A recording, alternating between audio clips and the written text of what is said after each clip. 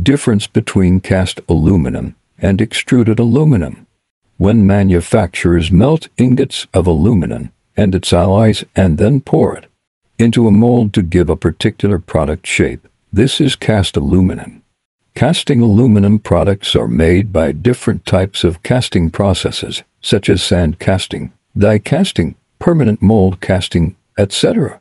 On the other hand, when hot billets of aluminum and its alloys are pushed through a die in order to make a particular cross-section, this is extruded aluminum.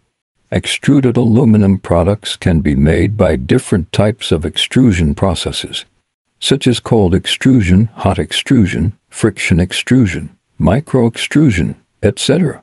The manufacturing process difference between cast aluminum and extruded aluminum is as following: product size. The size of cast aluminum products is not dependent on the size of ingots, while the size of extruded aluminum products is limited to the size of the billet. Product's shape.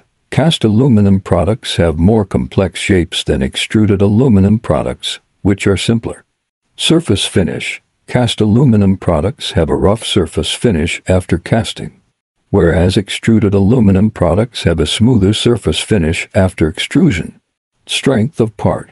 Cast aluminum products are subjected to more defects and have less strength compared to extruded aluminum products, which have fewer defects and more strength.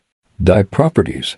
Casting dies are costlier and do not last as long as extrusion dies, which are cheaper and last longer. Cost of production. For cast aluminum, short volume production costs more, but large volume production costs less. While for extruded aluminum, short volume production costs less, but large volume production costs more. Time of production. It takes more time to produce a part by casting than by extrusion, which takes less time.